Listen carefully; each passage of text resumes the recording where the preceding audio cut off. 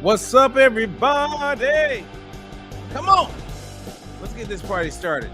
Come on. If you guys are catching me live, let me know, because I'm going to share something with you today that's going to be interesting. And I want to answer any questions that you may have. Any question that you may have about nutrition, about health, about dropping some body fat, getting healthy. I'm here to help you, man. And today we're going to talk about, why didn't your doctor mention this? And trust me, there's a lot of things your doctor ain't mentioning, but we're going to dive into that. I promise you that. All right. So let me go ahead and just bring it down. All right. What's up, everybody? How you guys doing? This is Robert Ferguson. I am your nutritionist. I'm a guy who shares because I care. And before I even dive in, let me just say right now, in a couple days, we are going to have a virtual conference called Food as Medicine. And those of you who are already registered, already going to attend, whether you're there live or you catch it on demand, you will have on-demand access. And it's interesting because some of the stuff that we're going to cover is going to be a game changer for some of you. Like some of you, life is never going to be the same. And when I say never be the same, not in a negative way, never be the same, because you're going to be in a very powerful position. You're going to be informed. And when you're informed, you're less likely to be swayed or kind of thrown off or influenced to go in a direction that is not going to be good for you. There's so many people that talk so much, you know what I mean, about nutrition, about health, about what's right. And then it's the things that aren't talked about that a lot of us just don't even know about. And when I decided to put this whole food as medicine thing together, I literally prayed about this. And I was like, you know what? I want people to know what I know. I want you to know exactly what I know. And I believe there's power in that.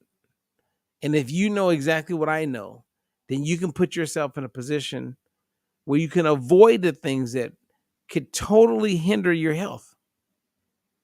Put you in a position where you're no longer here. Some of you want to lose weight and you don't understand, man, the weight's not coming off like it used to. Some of you actually want to have quality of life. And I'm not being sarcastic. I'm just saying, because not everybody wants that. I've watched people die because they didn't want to make changes. Maybe that's a combination of,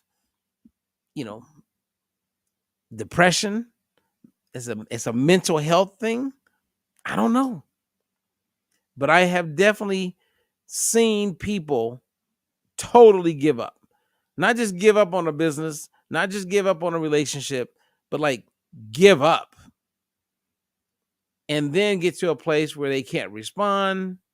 They're maybe in a coma. They are in a situation where they're gone. They're gone. And we can't talk to them again. That is a very interesting thing when that happens. Oh, anyway, today I want to talk about a second opinion. Okay, I want to talk about a second opinion, because when you're my client, right, and when you're working with any of our coaches, we want to see your lab work. And what I have seen in the last 5 years, consistently, all 50 states, as well as quite a few countries, that your doctor, not all doctors, so I don't want to be a meanie, but the doctor is not informing you. And it's not totally their fault, because many of them, based on how they've been indoctrinated, they don't know what they don't know. They don't know what they don't know. And some of you may have a hard time getting that because you grew up with the utmost, highest level of respect for physicians. And you just assume that because they have the white coat, that what they're going to share with you is going to be the real deal. It ain't going to be the real deal. I'm telling you that right now. Like, if any doctor wants to come on and talk to me, I'm always inviting them. And they want to give the other side, I welcome that. But most of them don't want to, unless they're in the same space that I'm in, where you're searching for the truth. And then you can have a conversation that could be somewhat of a debate, but you really can't debate much. Like I don't get debated, right? Because we've proven it, right? We're evidence-based, clinically proven. We've proven that 92% of the people who are type 2 diabetic, we can put them in a position of remission or reversal inside of 12 to 15 months.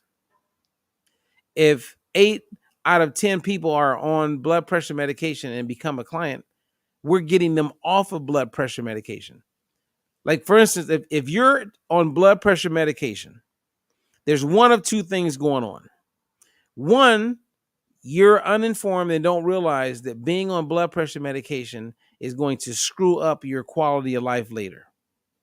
Sooner than later, it's going to happen, right? Or you're just ignorant and you just don't want to know, right? But if you do know, and you hear me say that I can get 8 out of 10 people off blood pressure medication, as soon as I'm done with this, I'll get an email from you. You'll be reaching out to me, because why would you want to be on blood pressure medication? Like, I talk to some really smart people all the time, and they're taking statins for their cholesterol. And they're like, I'm going to get off. I'm going to get off. But they're so smart, so intelligent, so bright that they're not calling me. When 58% of the people we work with, we get them off statins. And it's not like they have to overhaul their life. So what is the difference between staying on statins, staying on blood pressure medication, staying on metformin, continuing to just kind of be okay with status quo, and someone who goes, nah, I'm doing this, right? Like Linda said, I'm getting off these statins, and I'm getting off this blood pressure medication, and now she's off. Betsy said, I'm getting off this metformin. I'm getting off blood pressure medication. I'm getting off, I don't want no diabetic drugs. And she's off. Debbie said the same thing. And I can keep going on and on. Like, what's the difference? And all of those people's quality of life is at a whole nother place. Well, anyway, before I dive in and talk about a second opinion, everything I share with you is being shared with you and brought to you by our Detox Drop. If you want to get a fresh start on losing weight, improving your overall health, that's a great place to start. Plus, you'll learn a lot. There's a whole learning curve there, and you'll get access to our supplements, and you'll be like on your way. Okay, you will be on your way. At the same time, we have a Food as Medicine conference that starts. It's virtual. You don't have to be there live. If you can, that's great. But it starts this Friday. So that's October 27th, October 28th. You don't got to get on the plane. You don't got to get a hotel. You get to go to a conference. You're going to get a ton of information. We're going to have some fun, but we're going to learn. And what I can promise you right now is that when the conference is over, you're going to know things about your health, about the possibilities of your health, about weight loss, about insulin resistance, about food, and how to use food to thrive with your health. And everything is substantiated. That's what makes it evidence-based. And you're going to have that. You're going to have it. You're going to have it. Okay. Anyway, let me do a big shout out. Sandy, what's up? Sandy's in the house. Good to see you, Sandy. I'm glad you caught me live. Darlene Corbett, what's up? We got Linda Jackson in the house. And I believe, and I'm guessing here because I don't see the last name, but let me go by what is being said here. Then there's people like me that was on a statin without high cholesterol. Okay, why would you be on a statin? This is interesting. This is Tammy. Tammy, this is really interesting. Wait a minute. You are on a statin and you didn't have high cholesterol. So share with me why they had you on a statin and you didn't have high cholesterol. This is not the first time I've heard this. So I'm gonna have a little dialogue here with Tammy because this is the kind of stuff that's happening.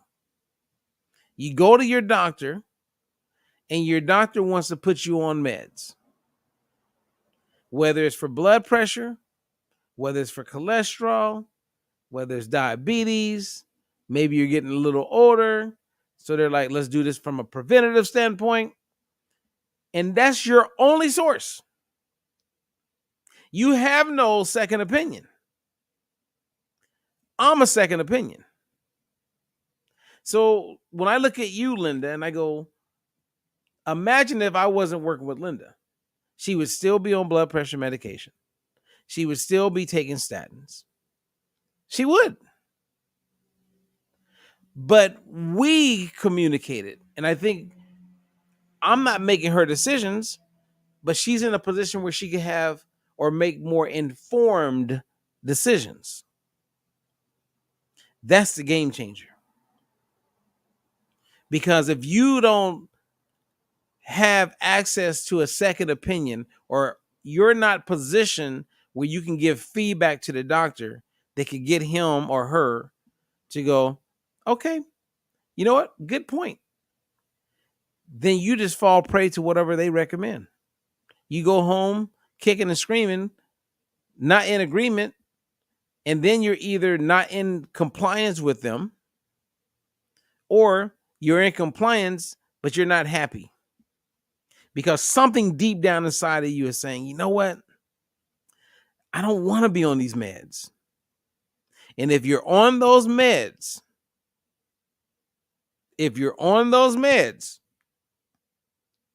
the ending is not good. The ending is not good. I always wonder why is it that a doctor doesn't go, you know what? We're going to put you on the meds, but guess what? I have a weekly meeting, a group where we get people to come together and we talk about lifestyle and how to get off the meds. Why aren't they offering that type of service? I know the answer. I wondered if you guys know the answer. Why wouldn't they? So let me see. So Tammy, because I'm asking Tammy because she said that she was put on the statin and she didn't have high cholesterol. Then Tammy says, I stopped the day you told me that. Okay. So I'm coaching Tammy. And Tammy just keeps it real. I love that. Okay. Then Tammy says, they put me on it because I was on 4 diabetic meds. Wow. That's interesting. Because you're on other meds. And you know what, you guys? They have this calculator and they do this. So that's not a surprise. They just put them on another med. And then she says, yep, that was me. I didn't want to be on those meds. And you know what? Tammy is slowly coming off all of this stuff, you guys. We haven't even been working together. It hasn't even been 3 months. She's lost weight. She's off quite a few meds already. She's feeling good. The future's bright.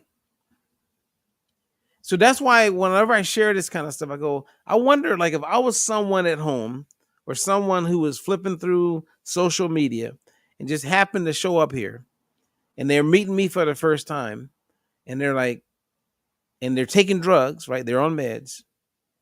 I wonder, like, for those of you who are on meds, and I'm not coaching you, I'm wondering why I haven't heard from you. I mean, I would love I would love to hear that, because I couldn't imagine being at home or being, at the gym listening to like some type of podcast, or I couldn't imagine taking some type of medication and hearing someone say that we're getting 92% of all type 2 diabetics to no longer be a type 2 diabetic. And you don't have to like give up the world. You can eat regular food and you're going to learn some cool stuff. I couldn't imagine not wanting to learn more, not wanting to call. That's the part that I don't quite get. Like, why people will settle and just do little, if not nothing. I would love to hear from someone who's in that situation. I'm not judging you. I just want to understand. And I think if I could better understand why people just continue to do little, if not nothing, you know what I mean? It's like someone who knows they need to lose weight, right? Or they want to lose weight, but they continue to do nothing. What stops that person or blocks that person from doing something, right? It's like I got an email this morning from Brett. Brett lost 137 pounds. He sent me all these pictures of him at this really heavy weight at 337 pounds. And now he's 200 pounds. 6 feet, 6'1". That's 137 pounds. We did the weekly calls, then we went to every 2 weeks. He went through the process, right? It's kind of like Linda. Linda was 249 pounds. Now she's waking up at 131. She went through the process. My client, Debbie, I believe this is the week. I think I find out tomorrow or Friday. Last week, she was down 99 pounds, and this week it'll be 100 pounds. She went through the process. People saw her at work losing weight. They saw her still eating great food, and they're all still heavy. So can somebody help me get this? Because I want to be able to help more people, but I can't really help more people if I can't figure out the code on reaching them and helping them realize they could do this, right? It's like, what does Sandy put? She goes, because they don't get paid for it. Okay, we're talking about the drugs. So here's Tammy again. She says, it took me so long to call you. Okay, so she's answering my question. Again, because I was afraid I couldn't do it. Okay, now that's a good one. That's a good one. So I asked the question, why would someone not call when they know our success rate is really good? And Tammy just said that it took her a long time to call, again, because she was afraid she couldn't do it. Scared of failure. Okay, I get that. I do. I get that. I get that. See, that's humble. That's humility to be able to say that out loud. Yeah, I get that. And then, Sandy says people aren't ready. So Sandy, let me ask you this question, because I hear you. I hear you. Many or most people aren't ready to lose weight. Okay, I get it. And a lot of them don't even know what the experience is going to be like. So they're only basing that decision off what they think the journey will be like. They don't know. They don't know that they can still be eating all these amazing, great foods. So in their mind, they're thinking about what they've done in the past, and that's what they don't want to deal with. But it's more than that, Sandy. I believe it's more than that, right? So Sandy has a friend who was a client of mine. And every time I would talk to this lady, she would say, I'm never giving up. She said that. I have it in my notes. I'm never giving up. I'm going to see this through. Oh, no, I'm staying the course. But she didn't. She didn't stay the course. See, Once you lie to yourself, you start to get comfortable with lying to yourself, right? So if you say, "I know I'm going to do this. I'm going to stay the course." That's why whenever I meet those people that are like, I say, "Hey, if we rated it from 0 to 10 and 10 is the highest, and that's your highest level of motivation that you're going to be successful. Where are you?" And they go, "I'm a 12." Those people never succeed. The ones that go, "I'm about an 8.5," because there's room for growth. Those ones that are like, "Oh no, I got this. You'll see. I'm going to break rank." Now, I have seen people do really well that came with that, but that's very rare. Very rare. Very rare. So here's my point. Okay. And Linda actually just made a good point. She says sometimes people think asking for help is weakness. That's true. I learned that when I was doing a lot of work in rape and assault prevention before I got into weight loss. And one of these days soon, I'm going to share with you guys this story for those who don't know. But before I got into weight loss and nutrition and helping people with metabolic health, I spent a lot of time in rape and assault prevention and everything in between, domestic violence, stalking. And most of my work, if I had to summarize it, was built or framed around helping women, because that was the majority of my clientele, experience restoration with their life. And what I learned, the first major milestone or thing that I learned when I was in that industry, and I'm not saying all women, you guys, so don't get upset with me.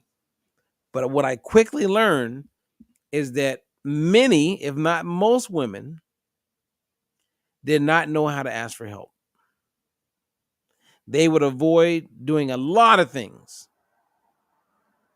if to make progress or to move forward would mean asking for help.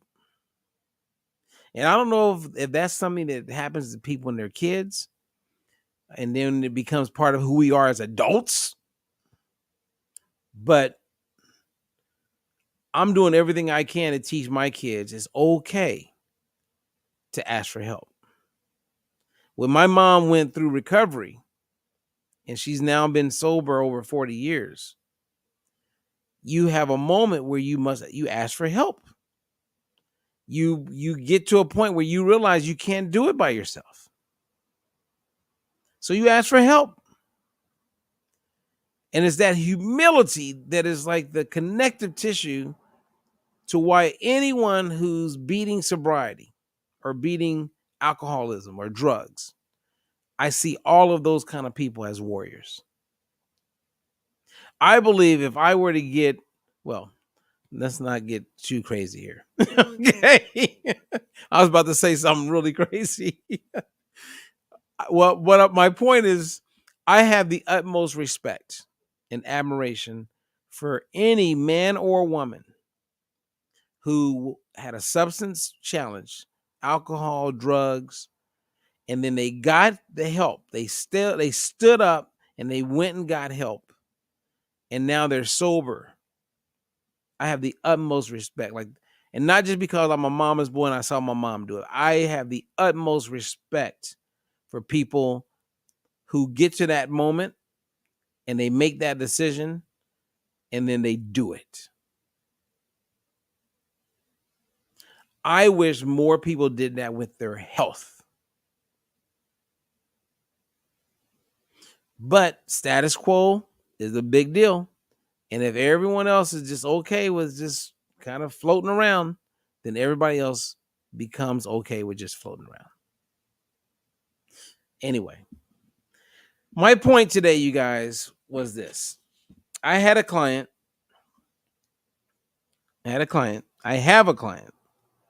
Has high blood pressure or high cholesterol. Total cholesterol is elevated. She goes in, the doctor says, "All right, we're going to put you on the statin. Your cholesterol is really high." And they were basing high being over 200. When I looked at her lab work, and this is a second opinion, the first thing I noticed is that her HDL cholesterol was 95. That's pretty high. That's pretty high. So your HDL is combined with your LDL, which most people look at as the negative, and that gave her the total of 210. Now, on a regular, I see people with an HDL at 50, 55, 60, 42. And if it was 55, they would have said, you're doing good. But add 40 to that. Of course, her total cholesterol is going to be high because her healthy HDL is high. And then I went into it and kind of broke down a whole bunch of the other numbers. And in the end, when she called me and we had a coaching session, she was not feeling really good. Her doctor had her feeling defeated. I went over all her numbers and she got off the phone feeling elated, on fire. I got this. So what if I wasn't in her life? Or what if she didn't have a second opinion that was a creditable source? She would be in the dumps.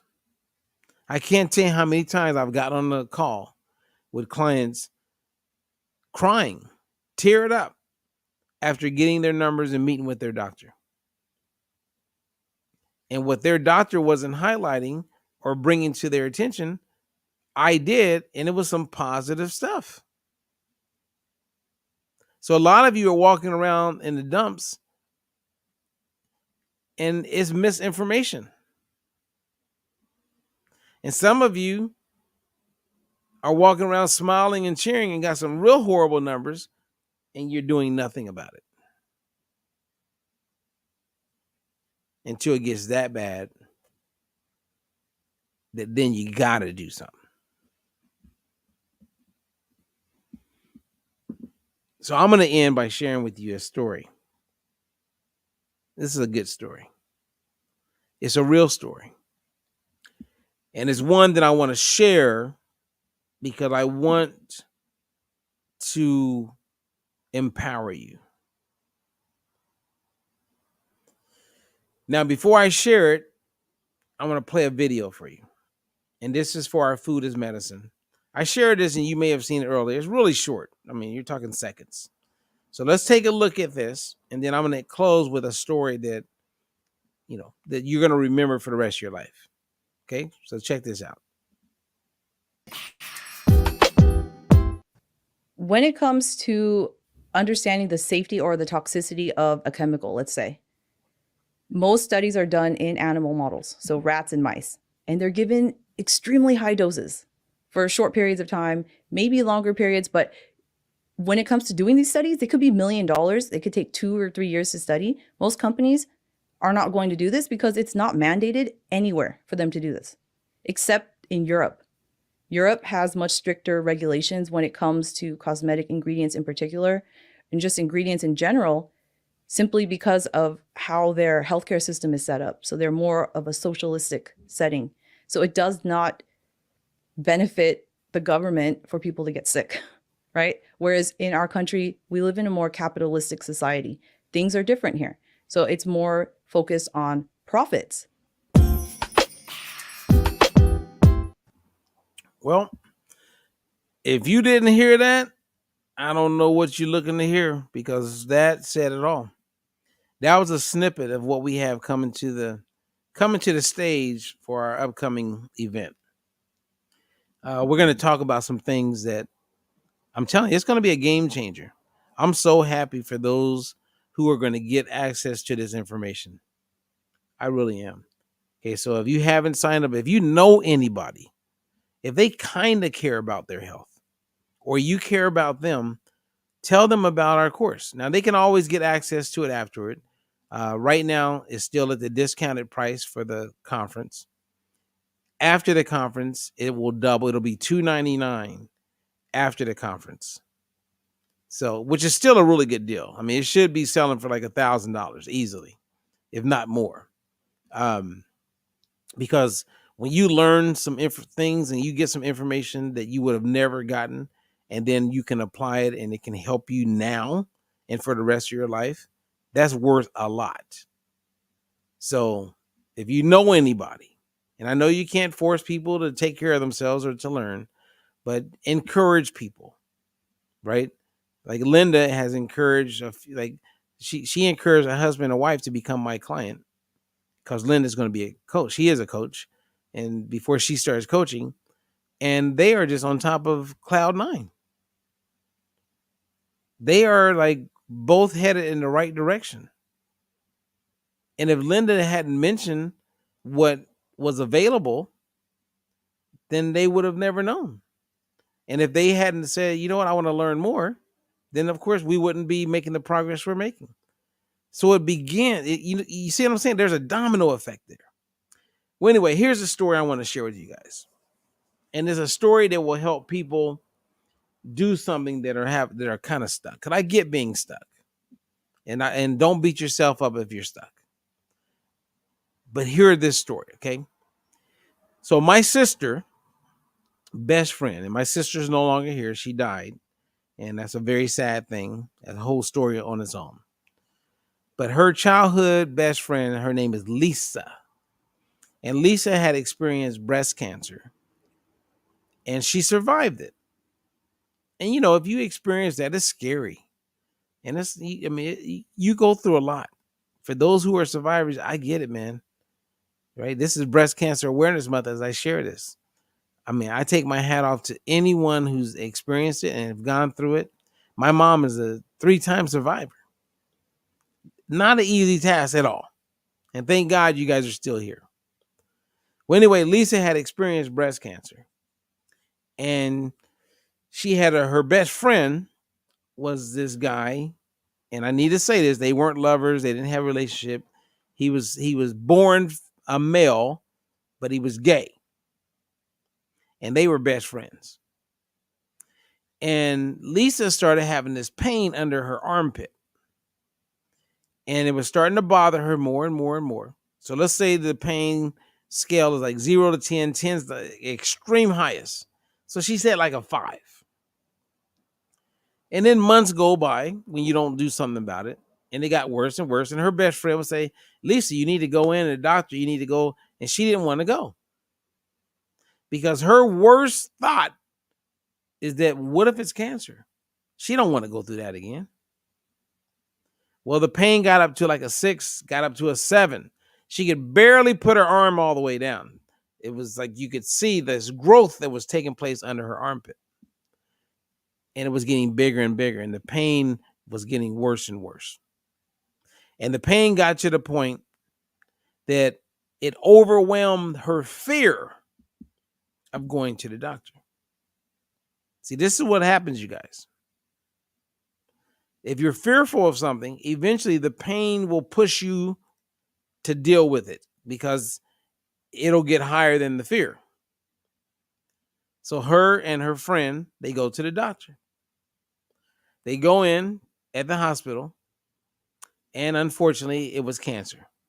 It had returned, and months had gone by, and it got really bad.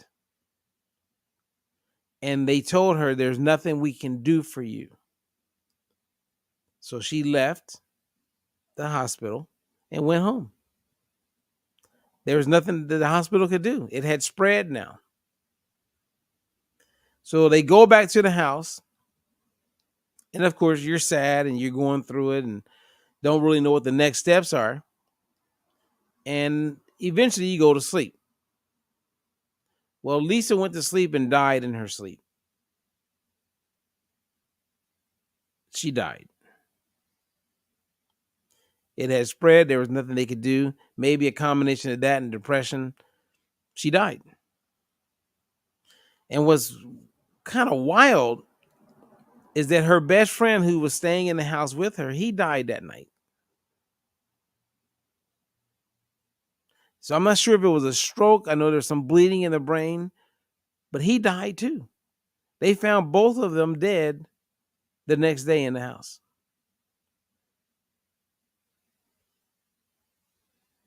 True story.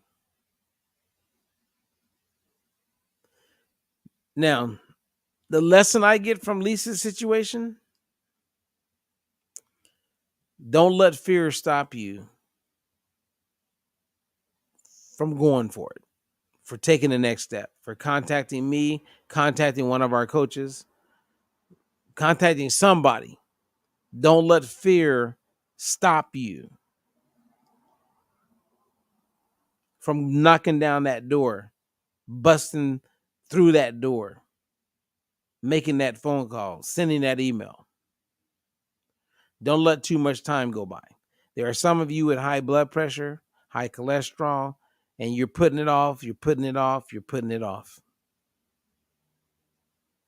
And I get it. You're scared because people, you can live with high blood pressure. I know people living with it. And I know people that used to live with it because they're dead now. And I know people who were living with it and they've had massive strokes. And it all goes back to the fact that they didn't pull the trigger. They did nothing. They did nothing. And as we all mature and get older, if you're in your 50s, your 60s, your 70s, you know what I'm talking about. If you're 25, I don't get 25-year-olds. They're trying to, how can I look the way certain celebrities look? 30-something-year-old, they're kind of getting serious, but they're still a little lost. Not all of them, but a good amount of them. People get in their 40s, okay, I got to start taking this seriously. And they start to wake up and they start looking at their kids and they start thinking about quality of life. But yet they haven't seen enough deaths yet, right? They haven't seen enough people that put it off, and then you saw the worst come to fruition. But in the 50s, you start to see it. You start seeing it. People dropping. But then you go through this thing where it's like, well, I mean, they're dropping, but, I'm okay. I'm okay. Thinking it ain't going to happen to you. But then when it happens to you, which has happened to many of my friends, we can't talk to them once it happened. They're gone. I wish I could call Anthony and Simon and say, man, we talked about this and you put it off. Simon's got a 9-year-old little boy growing up without a daddy now. I used to talk to Simon. He goes, hey man, I'm gonna come to California. I'm gonna get a hotel. Then I'm gonna dive in. But let me get this other stuff done first. He just kept putting it off. I talk to Simon every week. I said, Simon, you don't gotta wait, man. We can get started now. I can coach you. We can get going now. Nah, man. You know me. When I dive in, I'm gonna be all in. I go, you could be all in right now. He's gone. He's on the other side. Rest in peace, my man. And he's probably laughing at me right now going, damn, he wish he could talk to me right now. But he can't. I mean, that's a really interesting, like when you're talking to someone like regularly, like really like nonstop, and then they just die and there's no signs, you don't see any, they're gone. You can't call them, you can't talk to them. Man, that was a trip. I mean, I'm still trying to figure all that out. That's how crazy all that was for me. It was like, and the last time I talked to Simon was on a Tuesday. And then I get a phone call from his wife on Thursday, letting me know that he died last night. I'm like, what? And on that Tuesday, we talked about him coming to California. And I kept saying, dude, you don't have to wait to come to California. You don't got to come. We can get started. Let's go. And I know that during the pandemic, there's some people that would probably be dead if I wasn't coaching them during the pandemic. I'll be willing to bet that too. Yeah, I'll be willing to bet. And there's some people who gave themselves some extra time because they've been trying. And then there's some people who put things off and they keep putting it off. And I know, and I've seen this, you guys. I'm going to go on Facebook and I'm going to see someone post them, see their name, rest in peace. Say, shit. I've already seen that in the last few months. There's a few people I've posted. I've had talks with these people. And now they're gone. Unbelievable. Unbelievable. I mean, I guess it doesn't matter, right? If you're gone, you're gone. But shit, it doesn't have to. You don't got to go out like that. You don't have to go out like that. All right. Anyway, that was my share. I share because I care. We have the Food as Medicine conference. I'm very excited about it. I can't wait. Some of you guys follow me and you're totally informed. You're going to see some things that you've known. You're going to see some stuff that I've probably shared before. You're going to hear some things that you're aware of. But you're going to also hear things you've never heard. You're going to learn things that you never were aware of. You're going to be better informed. And if you have kids, some of you guys have young kids, you're in their 40s, 30s, early 50s. I mean, come on. They need to know this. The stuff that we're talking about, they need to know more than anyone because they got to navigate the rest of their lives around all this hypocrisy. They're putting on lotions. They're eating certain foods. The government's promoting certain foods. Kids are being indoctrinated to look at foods a certain way. And if they don't learn from you and see you as the example, they're going to do what they're indoctrinated to do. That's sad. That's sad. All right, you guys. Love is good. People are good. With the utmost respect, thank you for tuning in, listening. I hope something I shared was beneficial and helpful. I'll share again tomorrow, which will be Thursday. I'll share again Friday morning before the conference. And then we're going to be diving in and we're going to have a good time on Friday and Saturday. I'm very excited about sharing with you because I know that I'm giving you something that's going to help you for the rest of your life. And the coolest part is that you're going to be more informed and then you can pay it forward and help your grandkids or help your kids and open their eyes. And then hopefully they do the same. And then we're helping many generations. And it all comes down to knowledge. Okay. It all comes down to knowledge.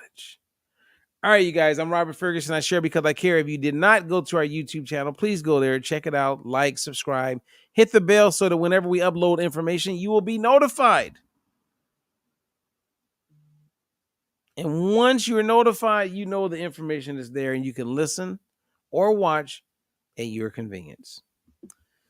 And if you have questions, go to dietfreelife.com. You can email my assistant, Lori, at dietfreelife.com if you got questions. If you want to become a coach, if you want to become a client, this is a good time to do it. All right? So I'm Robert Ferguson, and I'm